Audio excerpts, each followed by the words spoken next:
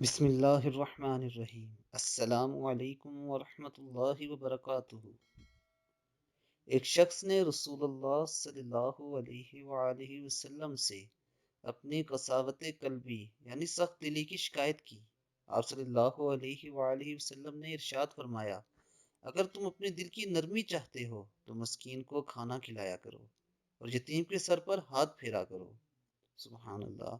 دوستو، اللہ کے نبی نے یتیموں اور مسکینوں کے ساتھ خاص طور پر اچھا برتاؤ کرنے کی تلقین فرمائی اور ان کی مدد کرنے کا حکم دیا ہے۔ اللہ تعالی ہمیں نبی اکرم صلی اللہ علیہ وآلہ وسلم کی حدیث پر عمل کرنے کی توفیق عطا فرمائے۔ اور دوستو، اگر آپ نے ابھی تک میرے چینل کو سبسکرائب نہیں کیا تو میرے چینل کو سبسکرائب کریں اور بیل بٹن پہ کلک کریں تاکہ آپ کو ڈیلی اپڈیٹس ملتی رہیں۔ اپنا بہت خیال رکھیے گا۔ اللہ حافظ۔